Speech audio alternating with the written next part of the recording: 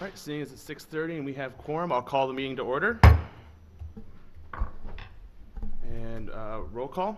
Commissioner Linder. Here. Alderperson Yurs. Here. Commissioner Horsfall. Here. Commissioner Heinzen. Here. And Mayor Hokumer, Commissioner Ritter, and Commissioner Lytle are excused and absent tonight. All right, thank you. Next item on the agenda is the approval of minutes from the September 5th, 2013 Plan Commission meeting. Motion approved. We have a motion. Second. And a second. Any discussion on the motion? Seeing none, all those in favor say aye. Aye. Aye. All opposed? Ayes have it. And the next item on the agenda is a public hearing for a general development plan for a proposed planned unit development on lots 23 and 24 of the Prairie Oak subdivision to allow for the construction of 108 apartment units and 111 senior housing units. A public hearing does require a motion. So moved. Second. It's been moved and seconded. Any discussion? All those in favor say aye. Aye. All opposed? And we are now in public hearing. Is there anyone from the public who would wish to speak on this matter? Is there anyone from the public who wishes to speak on this matter? Come on up. Before you speak, if you wouldn't mind stating your name and address, please. My name is Jay Hummer, and I live at 1167 Enterprise Drive, and I will be a neighbor with the proposed construction. When I purchased my condo a couple of years ago, I knew that was going to be developed, and I've enjoyed the empty space for now, but it's going to happen. I would prefer that it was condos, but the market's not there. So I guess I want to urge in that, because they're going to be very close and very similar, that at least they take consideration for landscaping and just for some tree islands and that, the little bit of the drawings I have in the parking lots. So that's my concern right now. Thank you. And again, just state your name and address, please. My name is Diane Holmes, 1210 Enterprise Drive, and I'm a realtor, and I understand some of these concepts and how they work, but I did purchase this property with the understanding that they would be all owner-occupants as far as the condominiums concerned, which is across the street from the unit that I own. And I'm concerned, number one, because of the property values that will be affected. And the second thing that I'm concerned about is the, when you have high density and it's not owner-occupied, it tends to create problems in an area.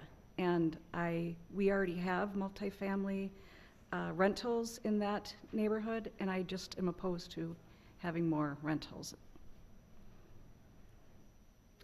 Yep.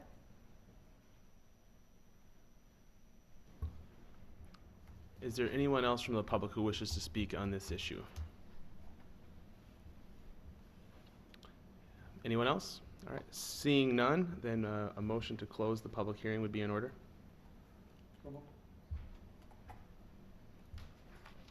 There's a motion. Second. And a second. Any discussion? All those in favor, say aye. Aye. All opposed? And the public hearing has been closed. And now we are on agenda item 4A, discussion and possible action on the general development plan.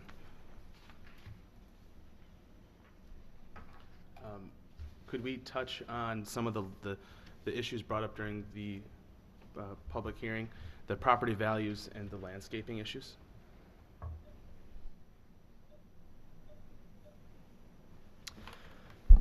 So the applicant's proposing to construct a plan unit development. This is step 3 of 4 in the plan unit development. It's called the general development plan. There still is one more submittal after this that's called the precise implementation plan. But this step of the process is, in essence, granting the zoning and enabling the project to move forward. The applicant's proposing to construct 108 market rate apartment units and 111 senior housing units within the project. Phase 1 would contain 50 units. Phase 2 would contain 58, and the last phase would be Phase 3, and that would be the senior housing component of 111 units. This project was discussed at the September Plan Commission meeting for a conceptual review, and the applicant received feedback at that meeting. From a bulk requirement, we did initial review of that. The applicant is requesting a setback exemption from the front yard setback. All the other setbacks would be required to be met. Parking and access, the applicant is also requesting a parking exemption. The exemption would allow two stalls per unit for one-bedroom units. That is consistent with other developments in the area, other planned unit developments, such as the West End. So it is consistent with other planned developments. Access to the site would be from a future public road extending Prairie Way Boulevard to the north and also to the property line here. And the road here would be extended to intersect as well here. Those would be public streets installed by the developer. Precise drainage and stormwater plans have not been submitted yet. Most likely it will utilize the regional stormwater pond, which is located on the property. Staff will require portions of this pond to be dedicated to the city. Architecturally, the buildings would be similar to the existing condos in the area. Each one of these units would have private entrances. It'd have a private entrance from the front and also a private entrance from the underground parking that would be beneath it. The applicant's proposing to use stone veneer, brick veneer, and also some fake wood trusses at the top here as well. Staff encourages the Plan Commission to review the architectural renderings and provide feedback to the applicant. As stated previously, there are some exemptions requested within this planned unit development. The first one is density. The applicant's requesting 12.43 dwelling units per acre. The code allows up to 12 dwelling units per acre, so it's an exemption that they're requesting. They're also requesting exemption to the LSR, the landscape surface ratio requirement. That'd be for buildings in phase 2, buildings B and C. However, the overall planned unit development wouldn't meet that requirement, but once you actually break the buildings out, a couple of buildings would not meet that requirement. As stated previously, a setback exemption has been requested of 25 feet, and also a parking exemption is requested as well. Touching on some of the comments that were brought up in the public hearing, from a landscaping perspective, the landscaping plans are usually submitted as part of the precise implementation plan. By city ordinance, they have to meet a certain number of landscaping points. We have a point system, so it's dependent upon building foundation area, impervious surface, street frontage requirements, and the overall gross area of the building itself. So the development would have to meet those standards. There's specific standards set out in the zoning ordinance. They have not requested an exemption from that, so they'll have to meet what's required by the ordinance, and that would be submitted if this is approved by the council next Monday. That would be submitted in the next step of the process. So those aren't required right now, but it would be required when they would submit for their step 4, their PIP. Regarding the condo owner occupied, the city doesn't look at form of ownership in the zoning ordinance. All it does specify is the type of housing. So we look at multifamily housing, not how it's owned or how it's used. It's just multifamily housing in general. What I can say about this project is there was a previous plan development that was proposed in this site back in 2005. It didn't happen because of the market. The economy collapsed and that plan development did expire. The applicant is back proposing, for the most part, a very similar development. Obviously, it has the apartment component to it and also has the senior housing component to it as well.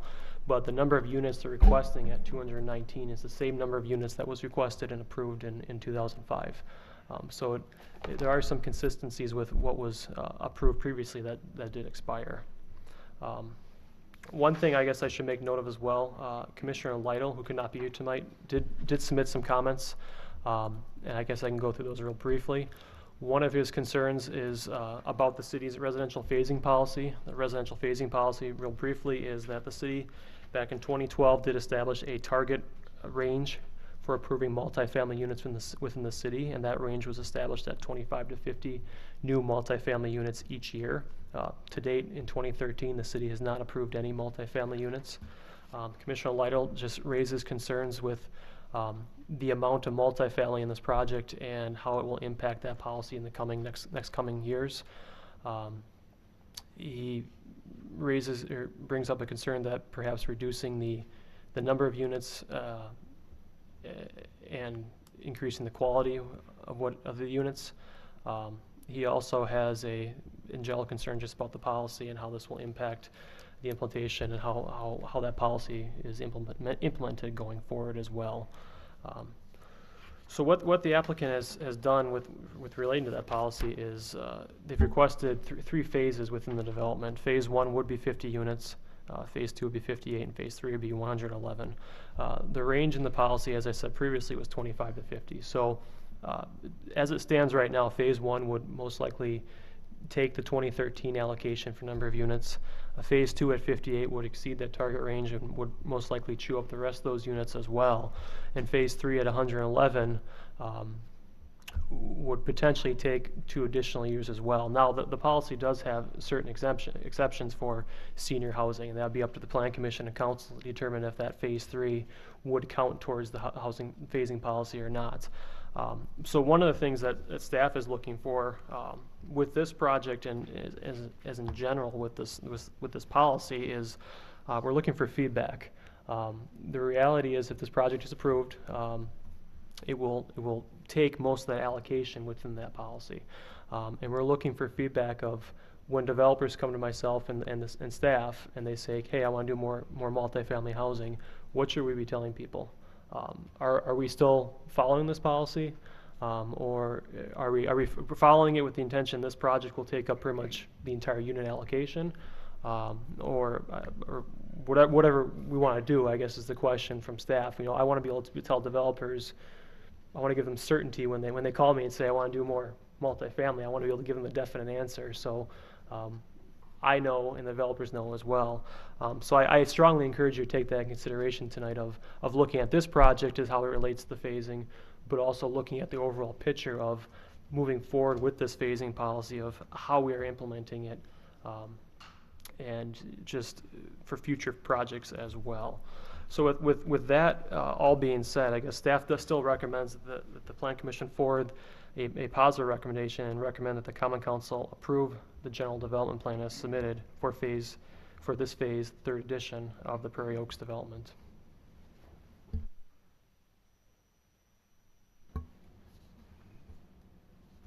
Are there, go ahead. Sure, Adam, a couple questions for you. And I guess I'll start on the easy part of this. Can you explain under the PUD exemptions the maximum building coverage, minimum LSR that you were referring to earlier? So landscape surface ratio, that refers to the percentage of green space that's within a development.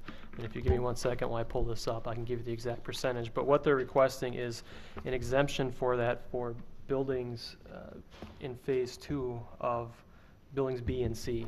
So those buildings on the north side of the road there, those would not meet that minimum overall landscape area. They wouldn't have enough green space. So when you look at those 2 buildings as sitting on one lot, it would not meet the requirement of the LSR for the UR district, which is, I believe it's 40%.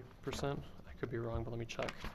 But it's just a proportion of the total that needs to be green. Open, yes. Open, not impervious, yes. And Right, when you okay. look at the site overall, it would meet it, but that one area wouldn't meet it. Okay. If you looked at it individually. And then questions with respect to the maximum number of multifamily units that the Plan Commission has discussed in the past. Is it possible to approve only one portion of this tonight, just phase 1, or is this up or down for the whole plan? I think the best option would be to set up a type of phasing. If you have a phasing idea, obviously the developers here, I think that's a conversation they'd like to have.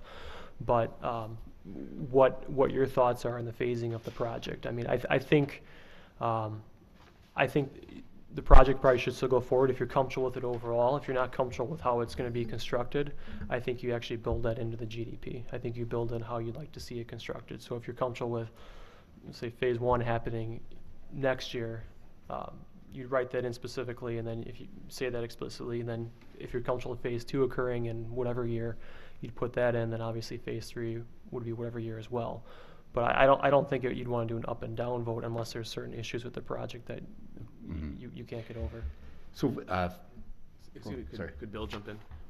Yeah, I just wanted to add to that comment about the phasing policy, that when that policy was established, it was intended that either a conditional use permit or a general development plan would be the mechanism for establishing the phasing. So I would agree and encourage the discussion about the appropriate phasing as part of the general development plan, so that we have that established up front and both the city and the developer know what the expectations are.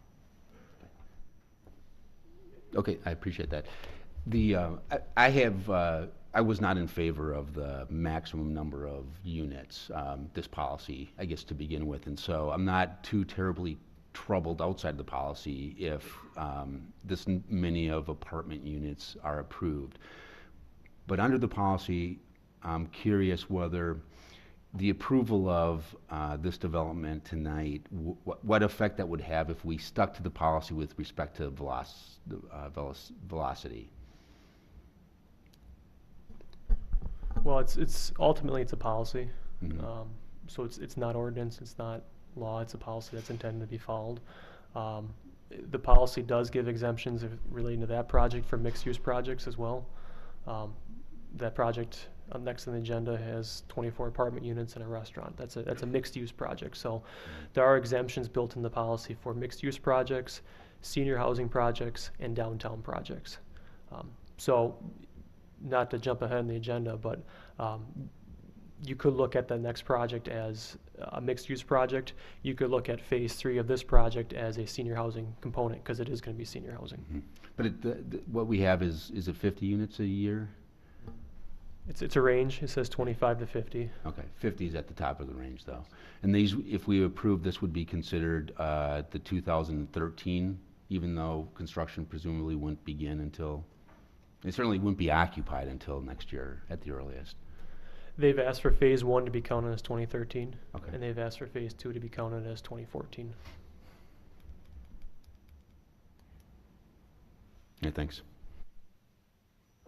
Mr. Linder? So, for the density issue, or the number of units last year, we did not go over. We're basically going in 2013.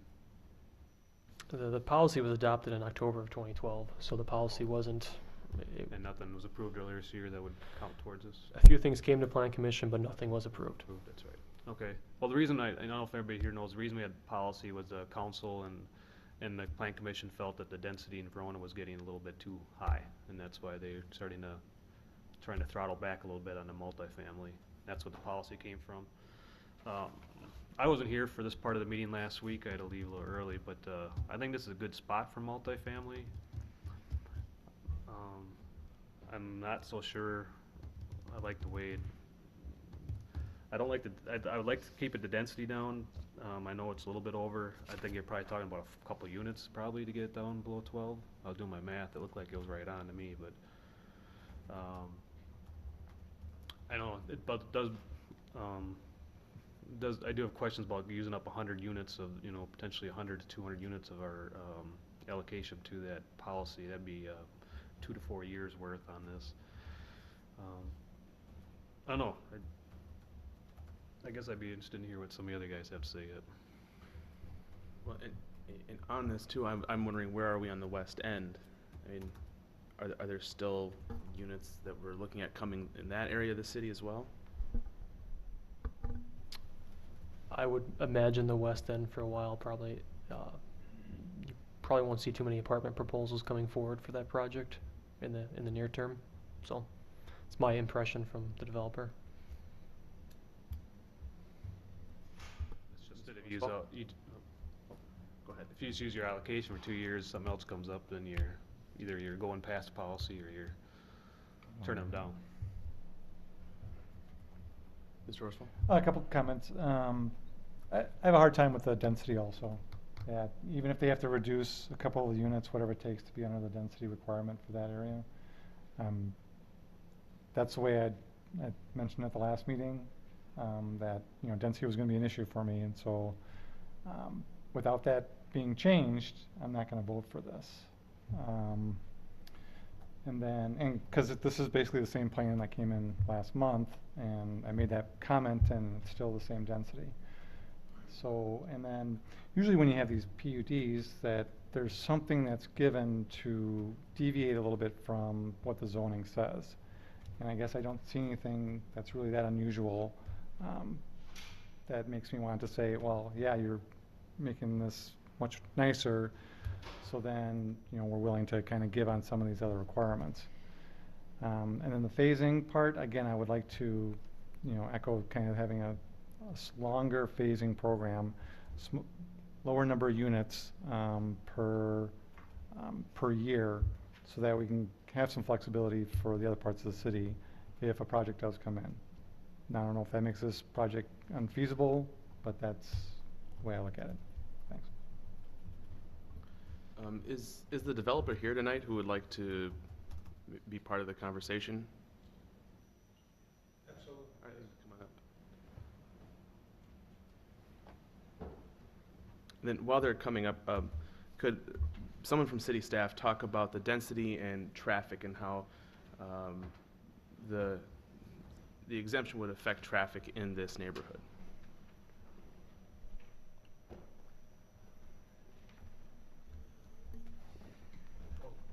I guess as far as traffic, your senior housing, you've got 31 assisted living, 30 memory care, and 50 independent living. The 31 independent living and assisted living units will probably generate a couple of traffic trips a day. The memory care, I doubt is going to generate any traffic trips other than visitors coming to them. Your other units, your apartment units, you're going to have approximately 108. So figure about 6 vehicle trips per unit per day, which is going to give you around 600, maybe 700 additional vehicle trips per day from that development. That's a rough guess.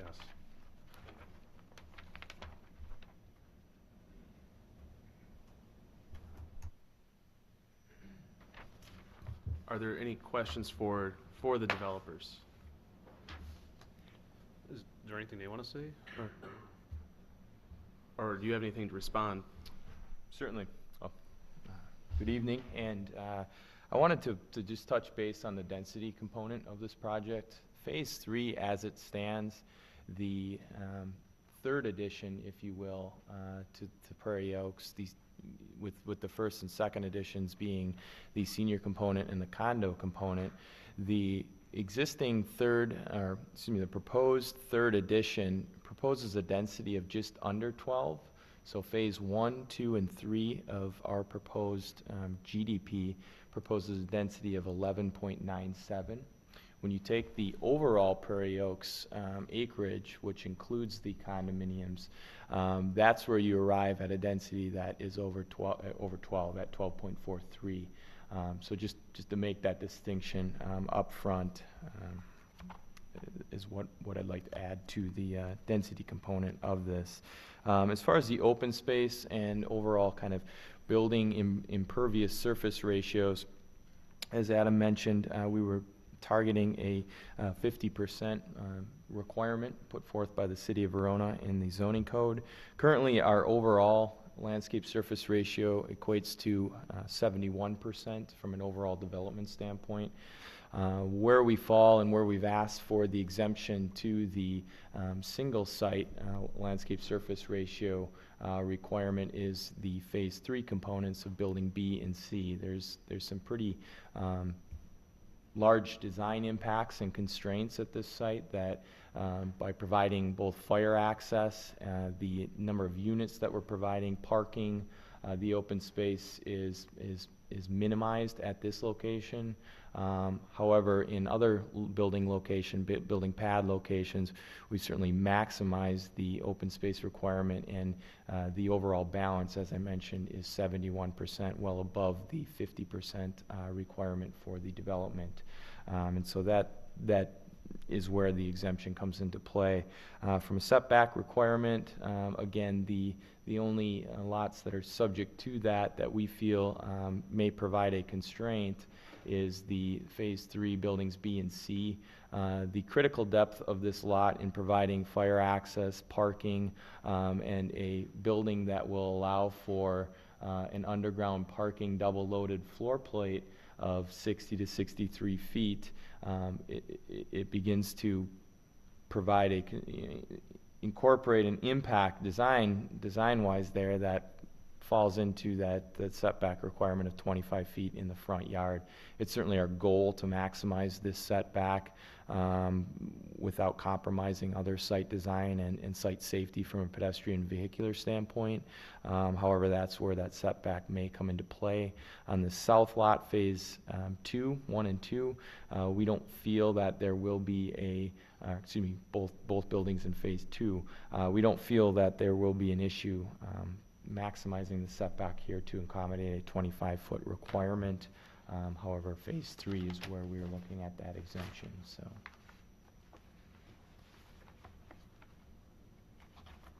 With that, I'll open it to any questions for myself or Gary Bunz representing the ownership group.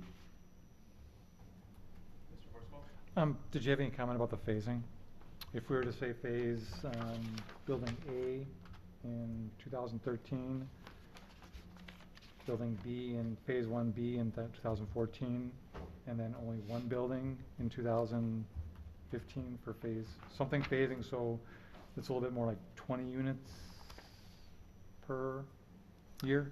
Yeah, what makes this project unique from an overall development standpoint and from a master plan build out from a general development plan is that there's substantial public improvements incorporated into this project. Phase 1 includes a public improvement of Prairie Way Boulevard that stubs kind of at the breaking point of Phase 1, Phase 2.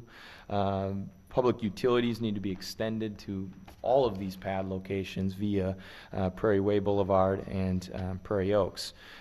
So with that, from an economic and a constructability standpoint, we've broken this down from an economic pro forma in incorporating the number of units per phase that would allow for also the economics of the construction of the public improvements to provide a balance so that the ownership team can recoup some of the public improvement cost in the number of units that will be online in each phase. So from a standpoint of looking at the overall build out, there's substantial roadway improvements that certainly create an impact and an adverse impact if the number of units aren't there per phase. And so that was a large part of the way we broke the phasing down and looked at the overall kind of development and where we break those phasing lines, both from a unit standpoint and from a location standpoint within the overall general development plan and the master plan build out. Thanks.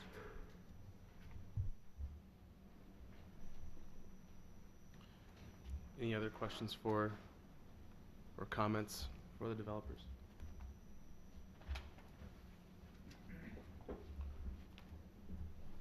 Mr. Heisen? I was curious what you knew about the City of Verona's policy about the apartment cap on a yearly basis. Yeah, I mean, we certainly have a good working grasp of that. Adam and I have had a number of communications regarding the phasing policy. Certainly, our intention initially was to make our intentions clear from the get-go. If you remember back to the concept plan stage, and also when we met with staff at the project kickoff meeting with Bill and Adam, it was our directive to make our intentions crystal clear and not disguise how we were approaching the project, both from a GDP standpoint, from a master planning standpoint. And so our directives early on was to state our intentions from a phasing standpoint, gain that input from a concept plan standpoint, and hence why we requested the phasing early on, and also from maintaining a consistency to the initial GDP that was submitting in 2005. We looked at that and we thought that had a consistency to both the goals and directives of the city comp plan, how it related to the phasing policy, and also our kind of internal phasing policy in making the numbers work from an economic and from a constructability standpoint, in carrying that forward, stating that intention early on, and staying the course, and looking for that feedback from city staff. Mr. Sayre, would you talk about how this development does fit into the city's comprehensive plan? Sure, this is, I guess you'd probably call it infill development. It's already within an area that is located with city services surrounding it. So it does fit with the intentions of the comp plan. So I would feel that it is consistent. It's consistent with what's in the area as well, which is a requirement of the comprehensive plan, and making sure that there's consistent land uses. So it's my opinion that it does conform to it.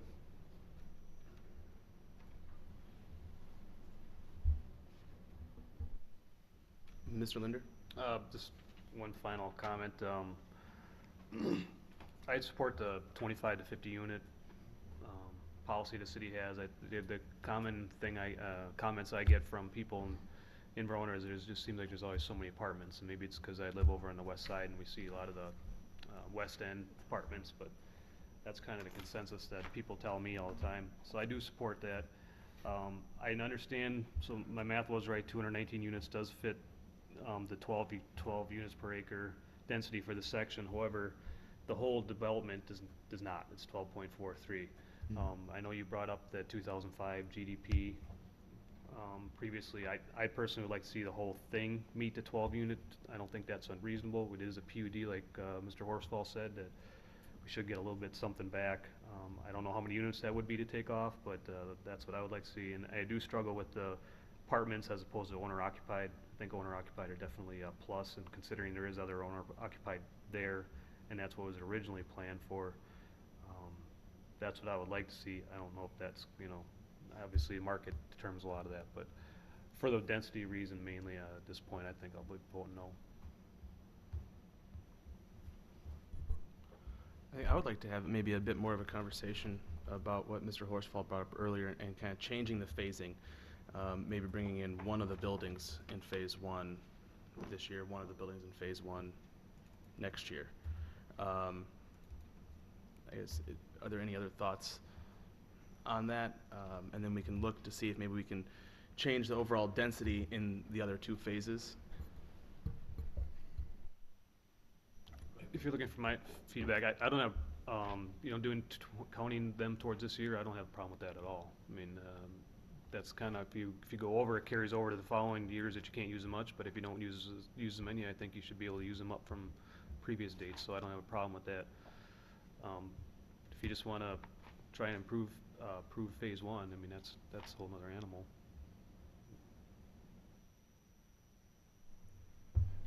So I guess what you're asking is, so Jack, would you say, so phase one buildings both A and B in 2013? Is that I don't have a problem with that. What about the phase three when it's 111? Or is that, no, it's the 58. That's seniors. Right, no, it's the 58, You Right, want to then- wait for phase one and two. right. They're using all of 2014's up if you approve phase two.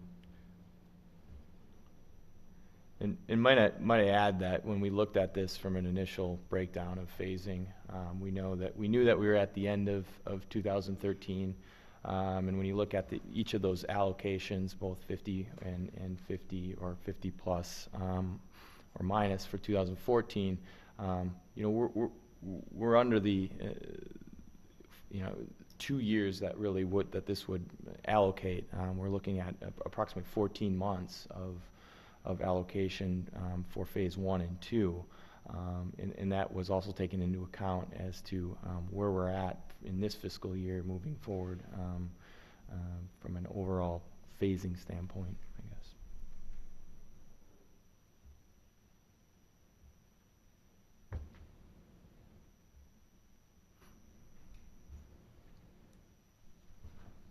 Mr. Horsfall? So is there any way to change the density to get it, for the whole thing to be under the 14? Is there any, The 12. or 12, sorry, any of the units that you would remove to get it to the, From a development standpoint, certainly it impacts the economics of the site, as we discussed, knowing that there's a number of large public roadway and utility improvements that need to be incorporated. As far as a breakdown, I guess I can do the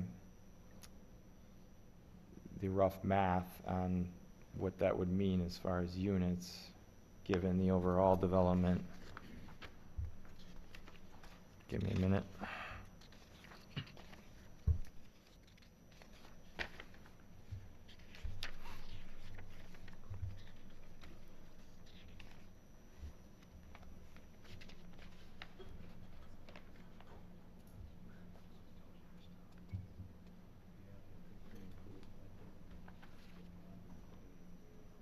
think they're looking at the overall of 21.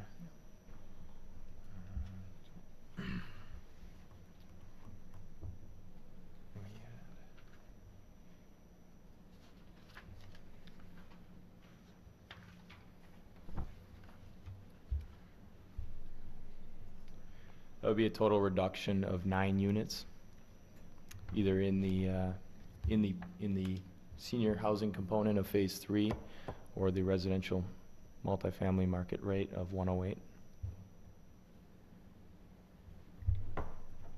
Adam, correct me, I thought the 111 didn't count towards density if it's senior housing. Well, the policy does allow some exemptions to it, which is that senior housing component, mixed use, and downtown development. So it's an interpretation if it's gonna count towards it or not. Yeah, I think we're talking about a couple different things here. One is the residential phasing policy in which senior housing is exempted, but for the density calculation, that's total number of units regardless of the type. I think that from a planning perspective, certainly looking at the density of senior housing and its impact from a site planning standpoint, certainly senior housing is more dense. It does not take as much surface area from a building footprint standpoint, and that's where the 12.43 overall, I think, is balanced from a breakdown and allocation of the 111 senior housing component and the 108 plus the 42 of the condo component. And that was also taken into account, looking at that phasing and looking at the overall density and the exemption requested.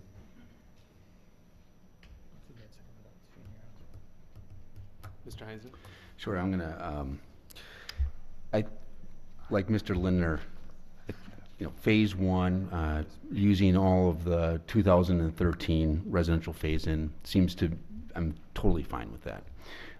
And I probably would be fine as well with the Phase 2, with the following exception, is that if the Plan Commission is gonna stick to the phase-in plan of 25 to 50 units, and if we're not gonna revisit that, then as a matter of fact, we're really looking at no new apartment or multi-family unit developments until 2015. And I think sitting here in October of 2013, it's difficult to give that all away to just one development.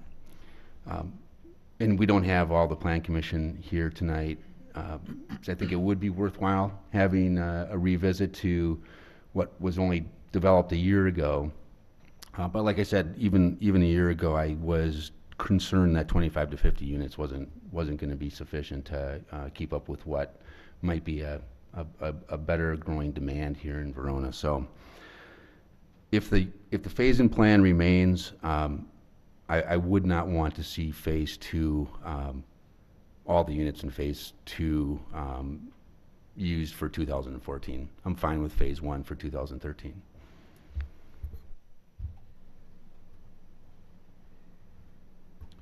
Do you have a number to cut it down to at all? Half of what is being proposed for Phase 2 for 2014? I mean, that's just, it's a number that doesn't have a lot of meaning behind it. But if if we anticipate that there may be somebody, another development, somebody else who has a project for multifamily units in Verona, I can't imagine that it's going to be a project that's going to, be only a handful of units. And so I think that in order to really allow for the possibility of other developments, we ought to at least have 25 sitting there. No, I agree. I'm perfectly comfortable with phase 1 coming through this year. So if you look at the maps here, so in phase 2, buildings B and C counting towards 2014, but leaving the 26 apartments of building A out of 2014. Kind of setting those aside for further development within the city. I would say, or vice versa. Depending upon what what you thought would be the more reasonable way, the more reasonable approach. Between those 3 buildings in phase 2, I certainly am not in a position to know which would be the ones to be built first, if in fact you would be able to spread the building out over 2 years. I have a question about a different topic a little bit. Buildings B and C for phase 2, those are about, is it 16 or 18 units? Those are 16 units. 16, so underground parking? Correct. Is there one stall per unit? It's just under that. The underground floor plate has, these are townhome style apartments, so the underground floor plate has access to first floor units without a common area. So that equates to some of that underground floor plate being utilized for those entry features. So it's just under, and I believe that's incorporated in the table. I can give you an exact number on how many stalls are.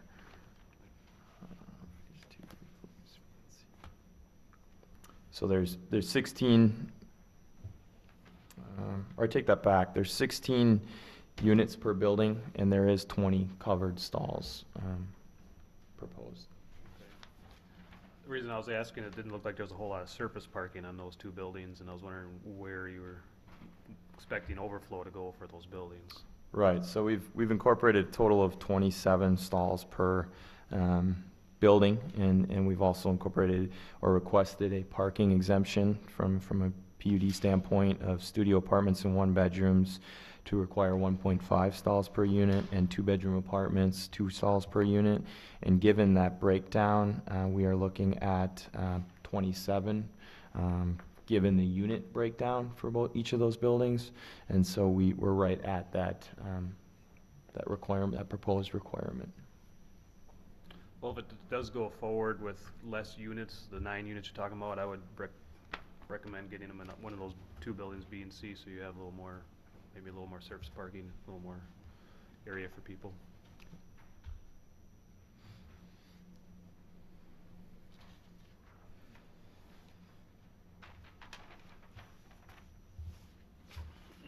So then would that if say we build buildings B and C, put those into 2014, would that push, because then if you look at phase 3, you have 111, how many of those 111 would not count towards that 40 to 50?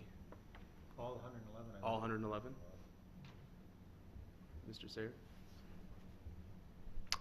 It's up to the Planning Commission and Council to decide. The ordinance isn't, it says that you can grant a waiver for that. It's up to discretion of your opinions.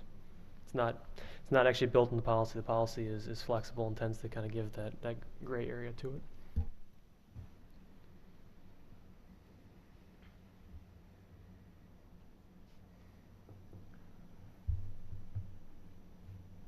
Mr. Horsfall? And I guess at this point, I'd like to make a recommendation to the council to approve the general development plan for phase 3 of Prairie Oaks development.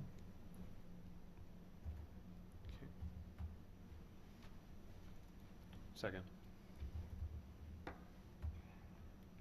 Mr. Sayre?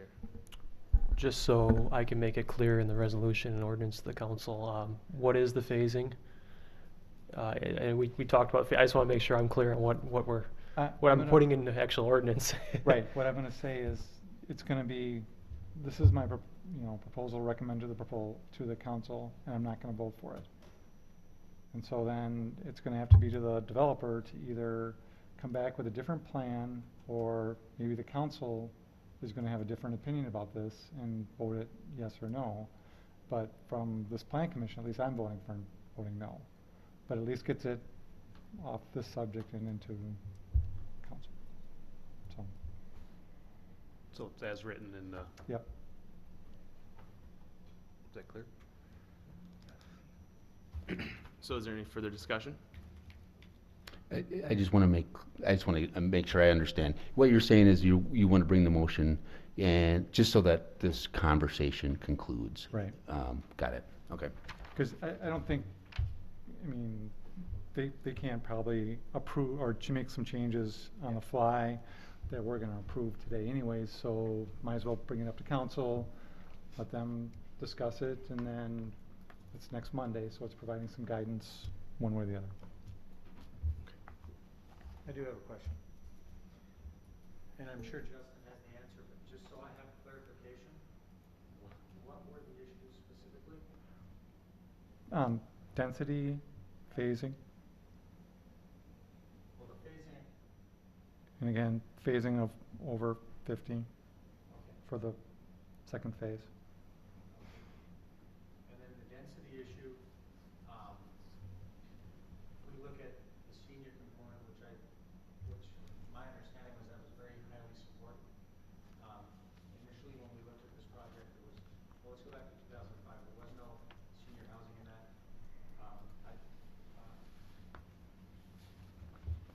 It was stated that there was no give or no take, or however it was regarding the project. I think the senior housing was a great idea. And we brought that on board. With that, senior housing is, as Justin has stated, it is a much denser project for the land space, so that does drive our number up to the 12.43 or whatever it is. Obviously, adjustments can be made. I don't, Justin can figure out the numbers, and architects and engineers can take care of that. The phasing is important in that, in our initial discussions, 2013 was open, so really what we're looking at is 50 units or thereabouts, because that was a recommendation for 2014. And with the significant infrastructure and public improvements we're putting in, obviously, you need some sizable number of units to go in there and help pay for that, so that we can in fact get to phase 3, which would be the senior housing unit, or senior housing project. Again, I just need clarification on the phasing, on what we're looking at as a target, and if we're still in consideration for 13 and 14, because we're not asking for anything beyond that. It's really just the next 14 months to wrap up, approval for the 2 phases. Mr. Heinzen? Sure, and I can tell you what my view of it was, is that phase 1, fine, use all 50 units for 2013. I think that's, I have no problem with that at all. I mean, it makes all the sense in the world.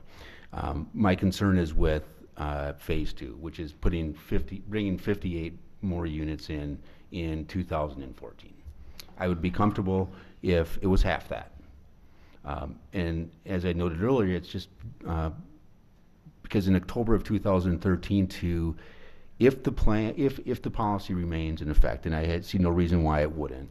The other plan commission members aren't here, but in October of 2013, I guess I'm not prepared to give to one developer 108 units, 58 of which are going to take out all of 2014, so that there can be no other apartments built in the city, and that's pretty much it. And those are my concerns as well. I mean, the density issue isn't as large of a concern for me as it is, stifling other development within the city, much as, Commissioner Heisen was getting at. And so if we could find a way to maybe move some things around and make it work that way, with the exemptions for senior housing, maybe we can do that at a later date. Just from an overall timetable planning standpoint, I just want to be clear. If this development were to come back and propose 50 for 2013 and remove the 9, that would bring the density in conformance and would be submitted for phase 2 in January 2014. with 49 units that would meet the density requirement and would meet the phasing policy, how would that be received? Your number would get us into our phasing policy, but it would still take all of the apartments for 2014. We still wouldn't be able to build anywhere else in the city. I mean, and I think that's the issue, not necessarily that you're over the 50 in phase 2. I mean, correct me, anybody can correct me if I'm wrong there. That's right. Mr. Heisman? And I would ask, I guess, Jack and Jeff, what are your views long-term with the phasing policy? I'm kind of with Jack that, I get the same comments every other day, is that we're building way too many apartments in Verona. And so if we don't have some kind of limit to that number, then, we have no policy. And so we could approve 200, 300 apartments. And I don't think that's what the city's looking for. And so I think that's how the policy got determined, and that's why we're trying to keep it down. And keep flexibility also. It's kind of it's problematic for developers, and I think we understand that. But I don't know how else to deal with it. To your point, the density issue, I think I mentioned earlier, I'd like to see it under the 12 for the entire unit, or entire site. And then the phasing, 50 for this year, I don't have a problem with. I think it's reasonable to do half for next year. And then you get, I guess half would be considered for 2015.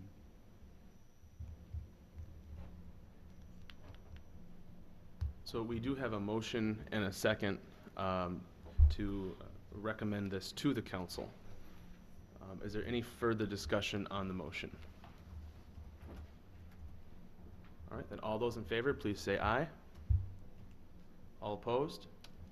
No. No.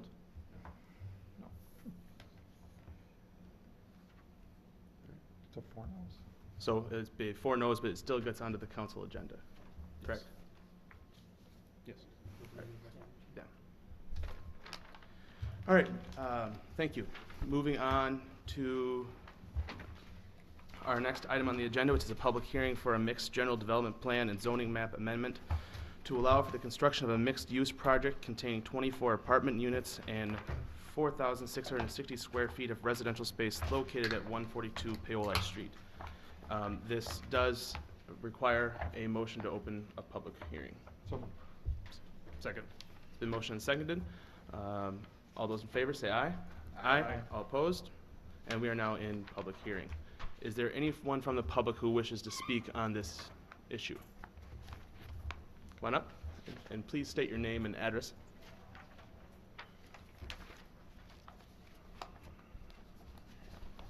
Hi, my name is Loveday Hurling. I live at 4033 Barlow Road in Cross Plains.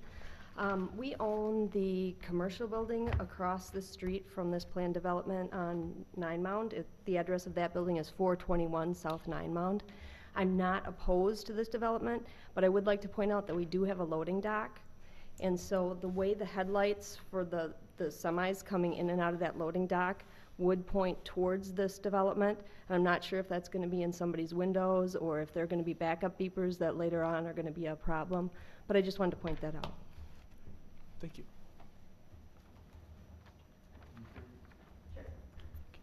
Can you describe where you are again? My first name is Loveday. My last name is Hurling. The building that we own is at 421 South Nine Mound. And what is the name of what's the name of the business there? There are a number of businesses in the building right now. Request Ltd. is one of them. It's a dairy. No one actually is currently using the loading dock very often, so it's probably kind of obscure at this point. But we don't have a really long lease on that building right now, so should a new tenant move in, we definitely would want to be able to use the loading dock sometime in the future. And the building, I'm guessing the building's like 20, 25 years old. I'm not really sure. We've owned it for quite some time. Okay, thank you. Is there anyone else from the public who'd like to speak on this issue? Anyone else? Seeing none. Oh, one more.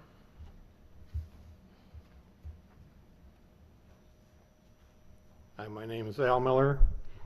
315 Thompson Street is my residential address, although we own the property directly to the north of 142, 136 POI Street, which is a 2-flat rental. And I don't have any major issues with the development as proposed. You know, density is for the Plan Commission and Council to deal with, obviously. But I think in general, it's a good use of the property. My concerns, and I spoke to Adam briefly this afternoon about it, excuse me, are mainly groundwater issues there, because our property now, as the existing grade lays, is probably a good 2 feet lower than this property immediately to the south of us. And I understand it's a big enough project that they'll have groundwater retention and so forth built into it. But we have groundwater issues there already, so any groundwater issue should be taken fairly seriously on this project is all I'd like to say. So, Thank you. Is there anyone else who wishes to speak?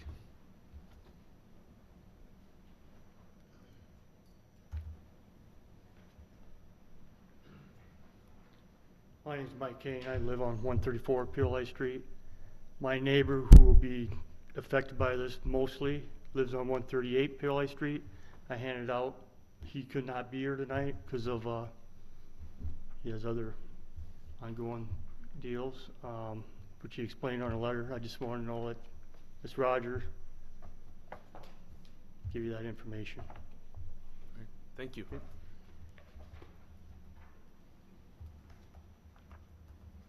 Anyone else? Seeing none, then a motion to close the public hearing would be in order. So moved. We have a motion. Second. All those in favor of closing the public hearing, say aye. Aye. All those opposed? And the public hearing is closed, and we're on to 5A, discussion and possible action of a general development plan review and planned unit development to allow for the construction of a mixed-use project containing 24 apartments, 4,660 square feet of restaurant space located at 442 PLA Street. Mr. Sayer. Thank you. So there's 2 items on the agenda for this, and I'll just combine both items just for sake of discussion. The first item is discussion of the GDP, General Development Plan. Once again, this is step 3 of 4 of the plan development process. This is once again the step that would grant the zoning and enable the project to move forward. The second component of this project is the rezoning as well, to rezone it from urban industrial to urban residential. The applicant is proposing to construct 24 apartment units and 4,660 square feet of restaurant space. This did appear before the Plan Commission in July, I believe. The building itself would be 3 stories with 1 underground level of underground parking.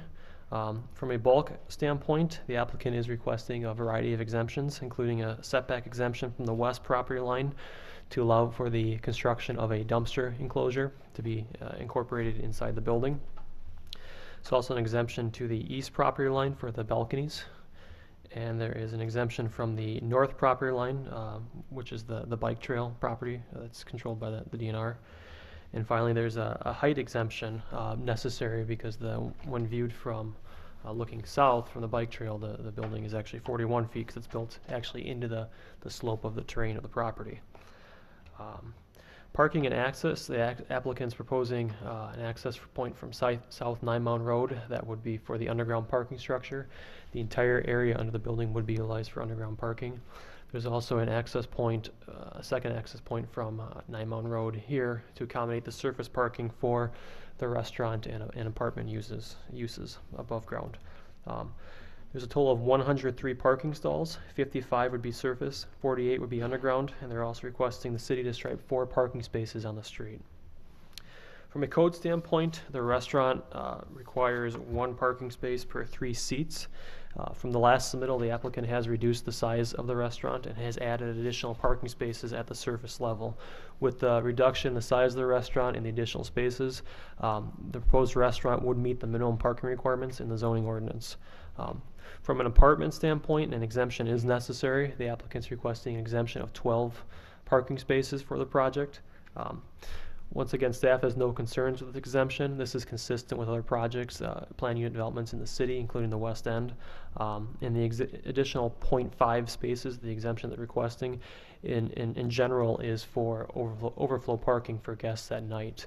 And due to the hours of operation of the restaurant, staff doesn't anticipate any issues with guest parking, because when the restaurant's operating, people probably won't be staying there. When it's not operating, guests can park their car and stay overnight. So we don't envision any concerns with that. From a drainage and stormwater standpoint, precise plans will be required as part of the PIP, step 4 of the process. One thing we've already pointed out to the developer is that this site would be classified as new development under the city's stormwater ordinance.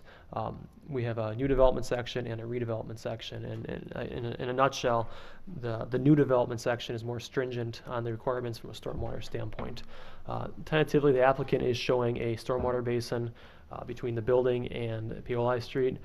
There's also some planters and green space along the intersection as well. The intention of doing this is obviously from a stormwater standpoint and drainage standpoint, but it's also to push the building as far away from the residential area as well, and push it as close as they can to the bike path to capitalize upon the bike traffic out there. So at this time, staff has no concerns with the proposed stormwater, because we'll work through that issue at step 4. Architecturally,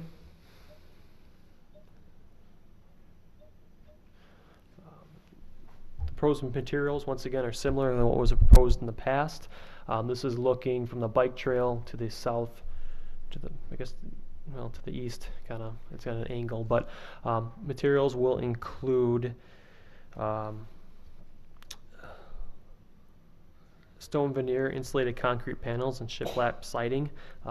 But like I said, this is consistent with the proposal that was before the Plan Commission previously. The elevation from South Nine Mound will be seen as a 3-story building.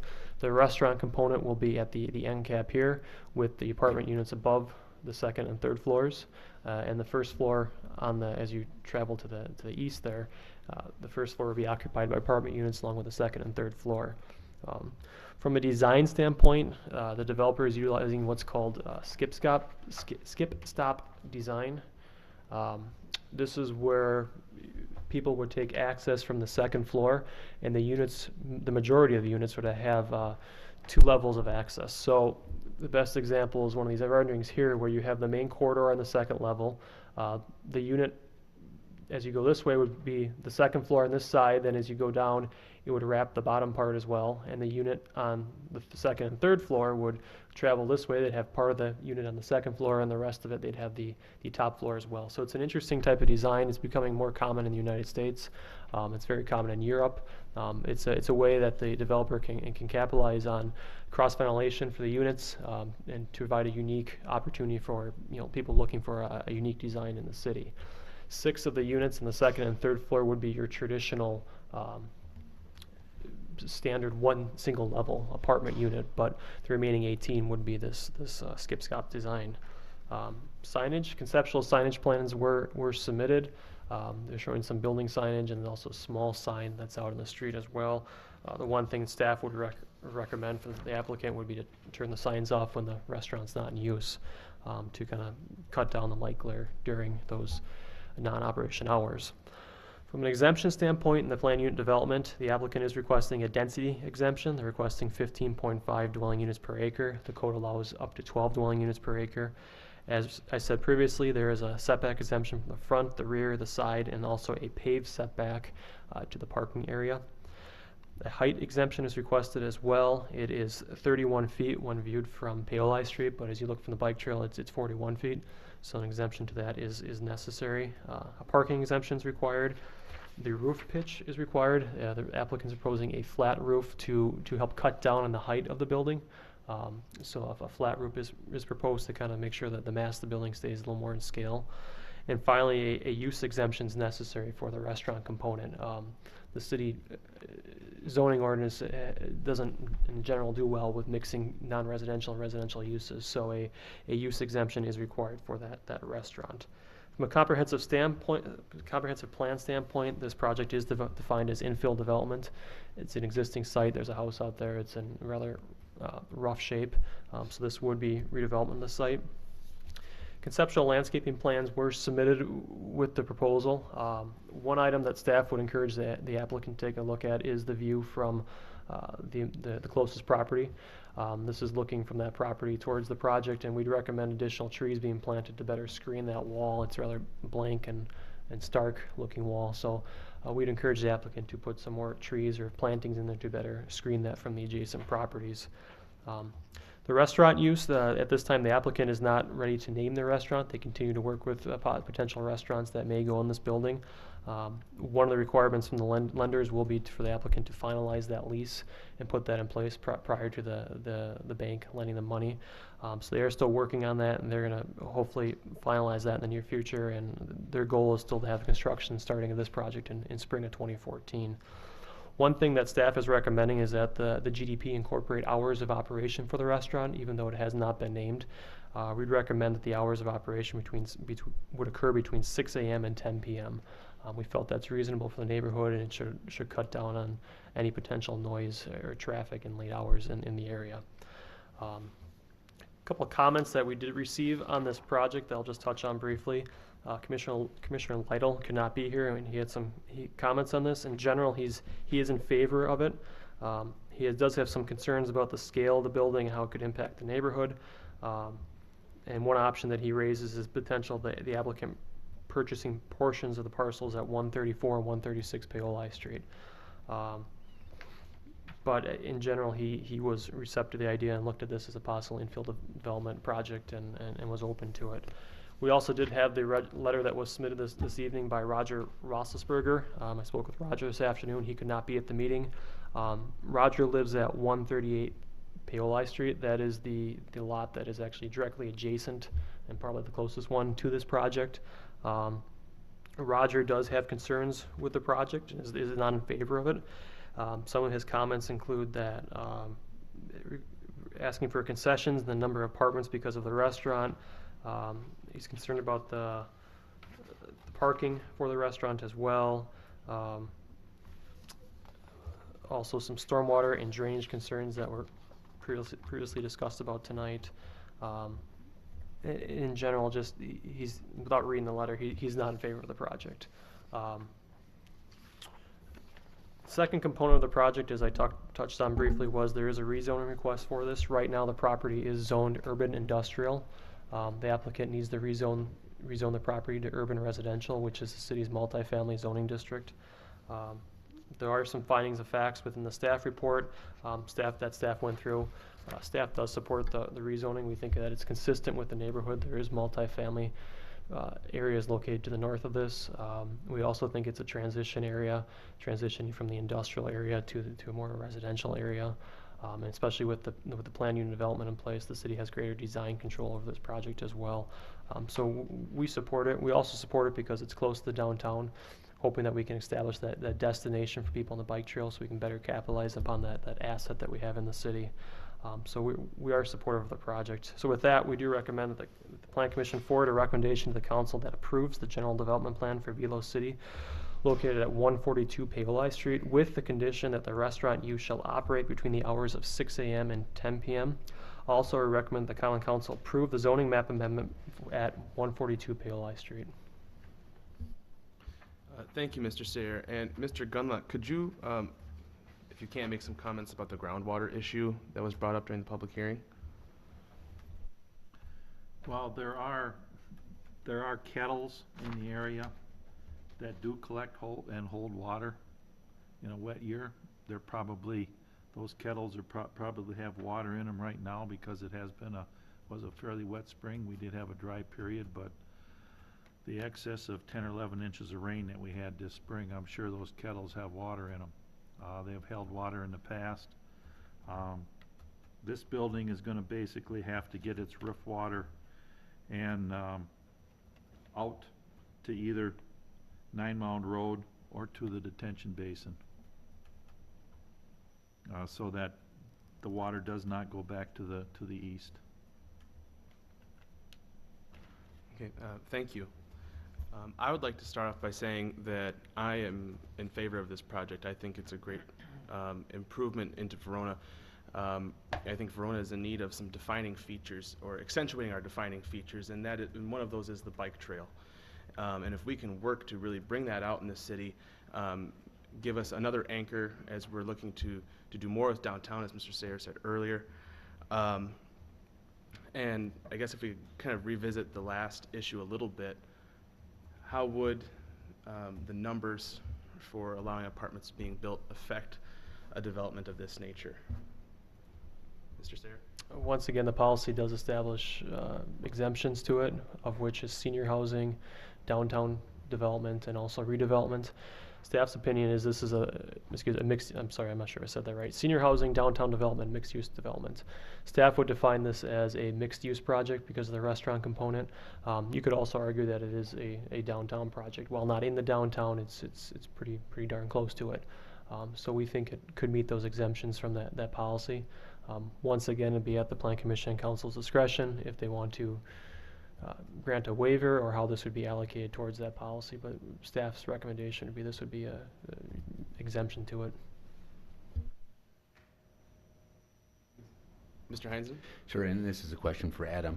I don't know if you talked to Pat Lytle or not before the meeting, or if you just saw the email, but I'm curious about his suggestion about the property owner buying the 200 feet behind, I guess, 134 and 136 Paoli Street. Do you know what that is all about? Short answer is no. I got the email this morning and I saw it, and I sent him a response and didn't hear back. So I don't know. I suspect what he's saying is he's probably attempting to here. He's probably trying to push the building for the most part away from the residential area, because obviously if additional land to the east was acquired, you could potentially just line the building up on the actual bike trail. So you could take the L out of this building and just swing it to the north, and then you'd have a long straight building of that nature. Obviously, if that were to occur, there'd be additional costs, and I'm not sure what the developer's reaction to that would be, but I suspect that's what Pat was thinking of, to try to lessen that impact to that neighborhood. Can I presume at this point that there's been no conversation between the city and the developer on that piece of it then? I shared the email with the developer. Okay. I think that's as far as it went. I think their focus is this site that they're looking at. I think if we start putting other parcels into it, it's going to get complicated. And I think the developer's goal is to kind of stay the course on this site unless told otherwise. Thanks. Is there anybody here representing the developer in this project that would like to come up?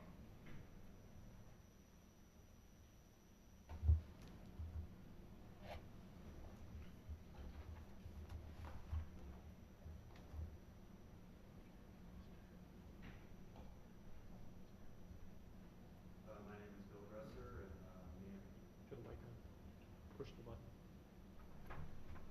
My name is Bill Dresser, and I'm a partner with Kyle Dumbleton in Triple D Design and our developments, and we're here to answer your questions.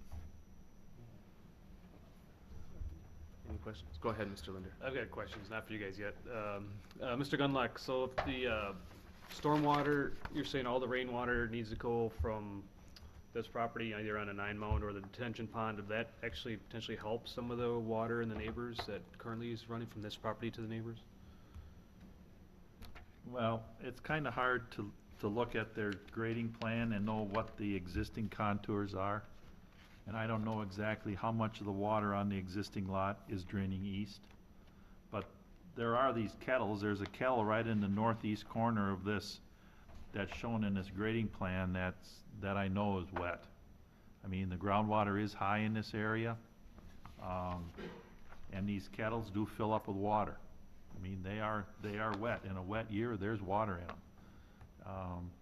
In a dry year, they may dry up, but there is quite a bit of water down here.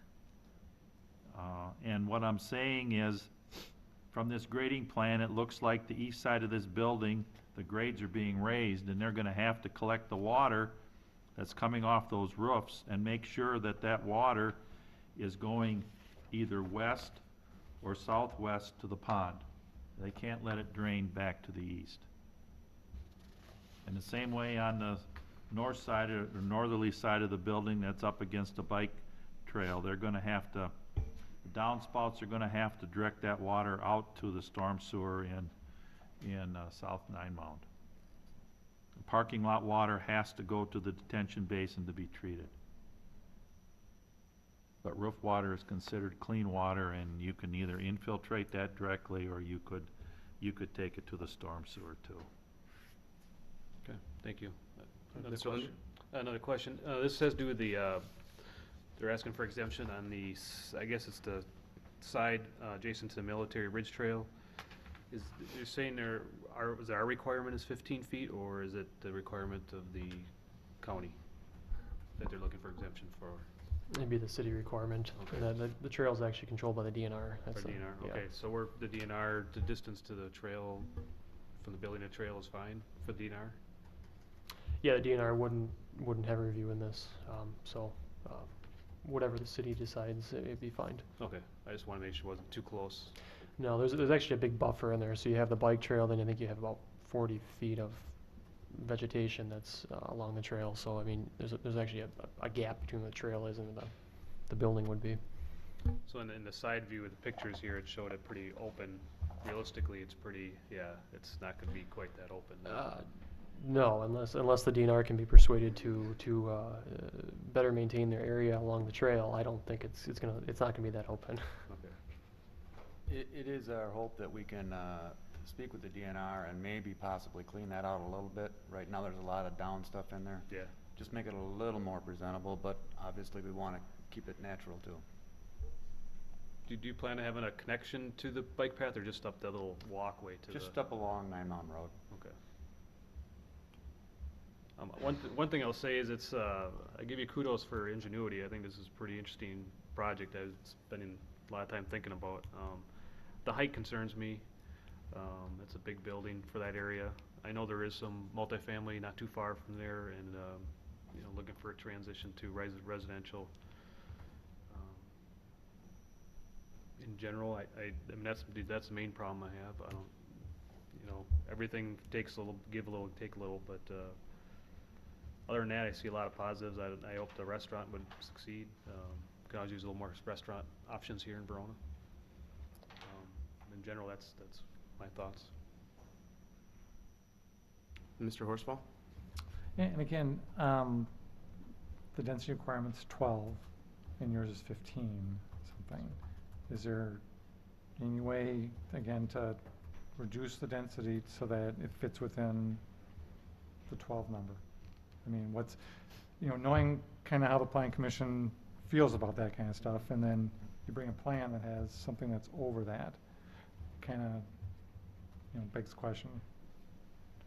I guess we were looking at the, you know, probably, you know, the closest precedent project down the bike trail, which would be the city center, you know, and that one I think is about 28 units on probably I think it's a little over an acre parcel, you know, so that one's quite a bit more dense, and I think we were, you know, trying to, you know, maybe find some common ground there with previously approved projects, and you know, I guess I will remind you, you know, we are going to be, you know, pursuing a green building standard, and we're going to use the LEED standard on this project, and you know, that project does provide some, you know, some good incentives or trade-offs, some, you know, some upgrades in the standard to which things are done, and I guess, you know, it does champion density as part of the standard, as well as just, you know,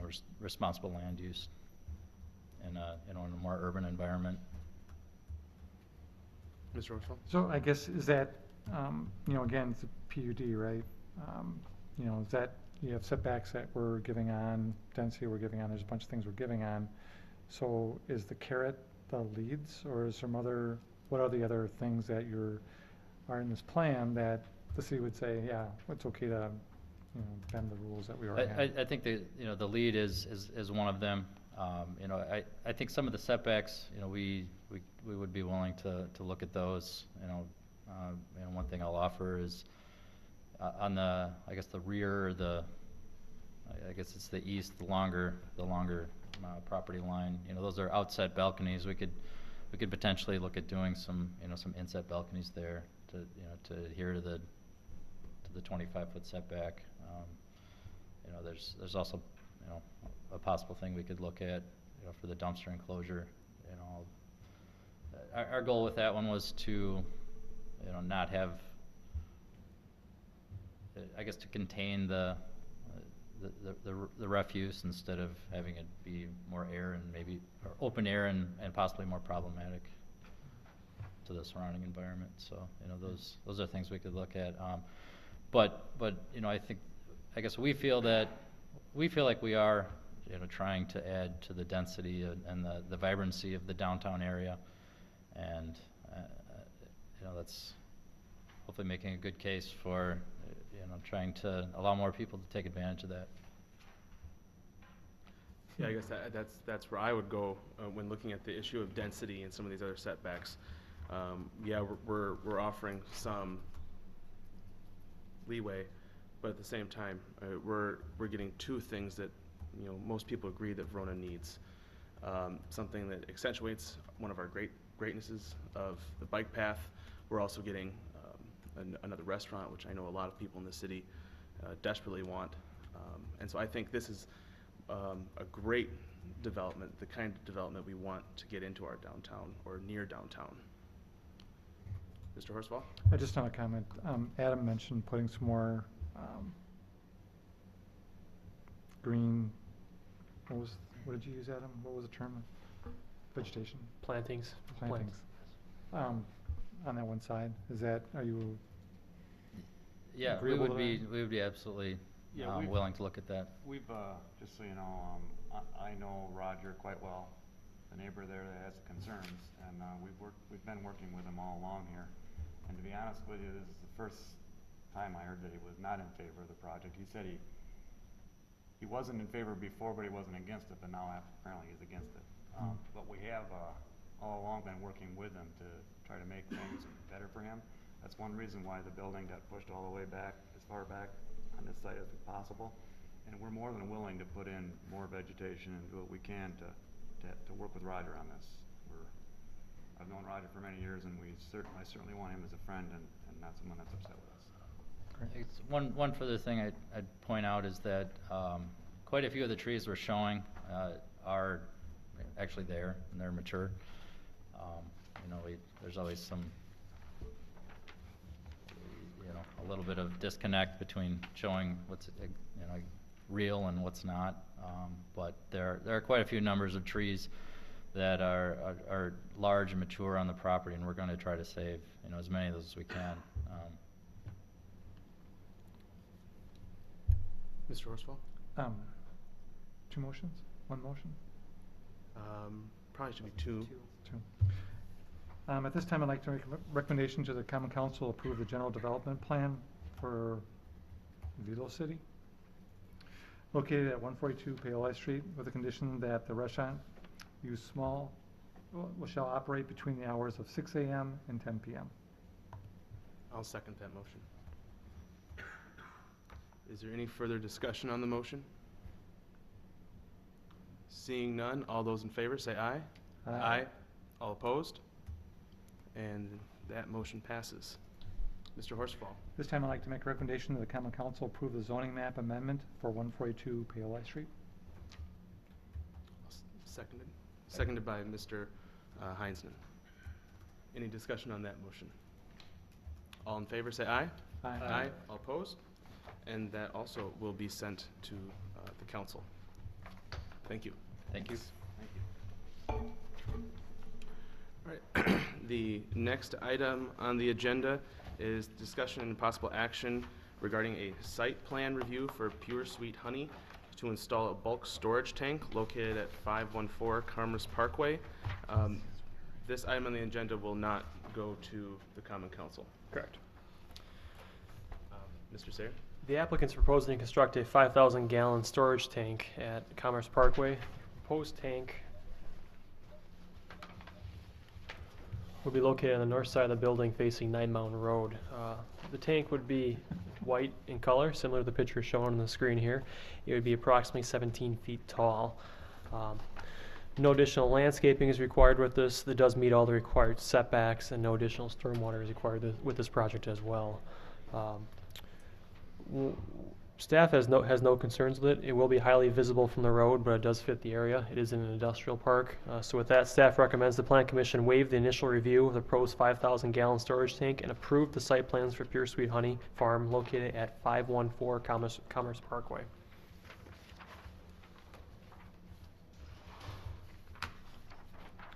Are there any comments on the site plan? Mr. Horsfall? Are there any security issues, vandalism, people climbing on top of it? Mr. Sayer? I don't have any issues. It'd be 17 feet tall, so I think that, I guess it could always happen, but I think it's the equivalent of climbing on a building as well, so I think it'd be challenging to get on top of it. It won't have the railing as shown on top there, it's my understanding. That would not be on there, so that railing wouldn't be up there. So I don't think it'd be an issue. Plus, being on 9 Mountain Road, I think it's going to be, if it was tucked behind the building, I would say sure, it's probably possible, but on 9 Mountain Road, it's a little more highly traveled, so it should be okay.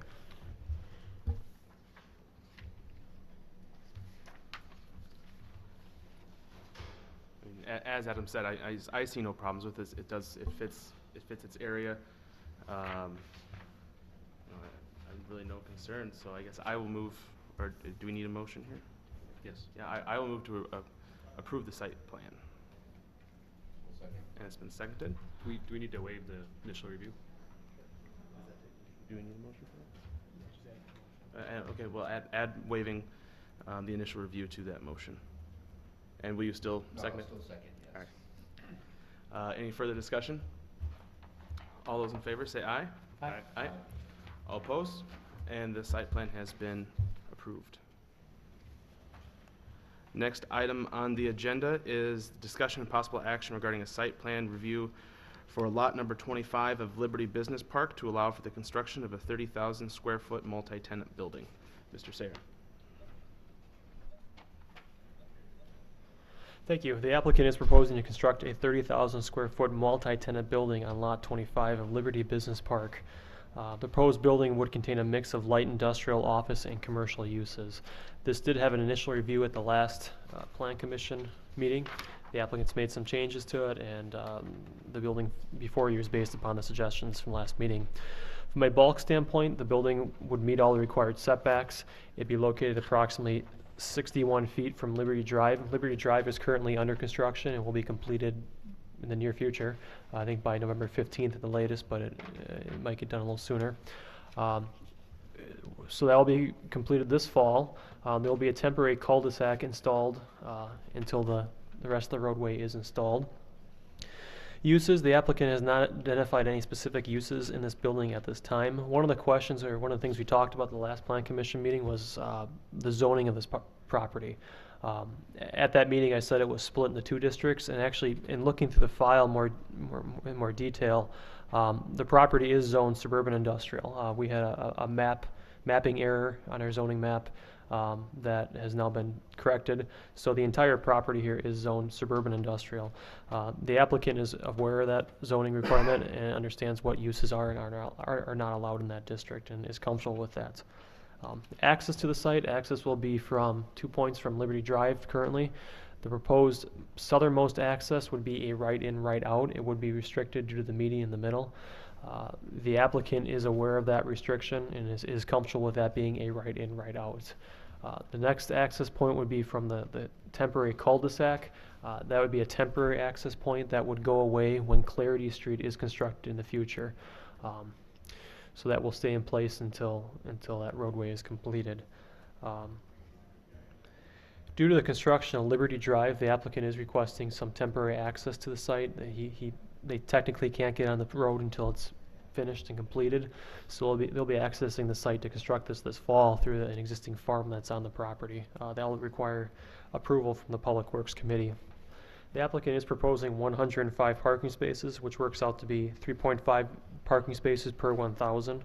A specific parking analysis cannot be completed at this time because the users have not been identified. However, a good rule of thumb from a planning standpoint is usually 1 parking space per 300 square feet. So the building does have sufficient parking, and staff is comfortable with what's out there. The only time this building would become an issue if there were multiple indoor commercial entertainment land uses in the building, and that is a conditional use permit. So at that point, if it were to come forward, we could review those. But from an industrial and office standpoint, staff doesn't see the building have any issues.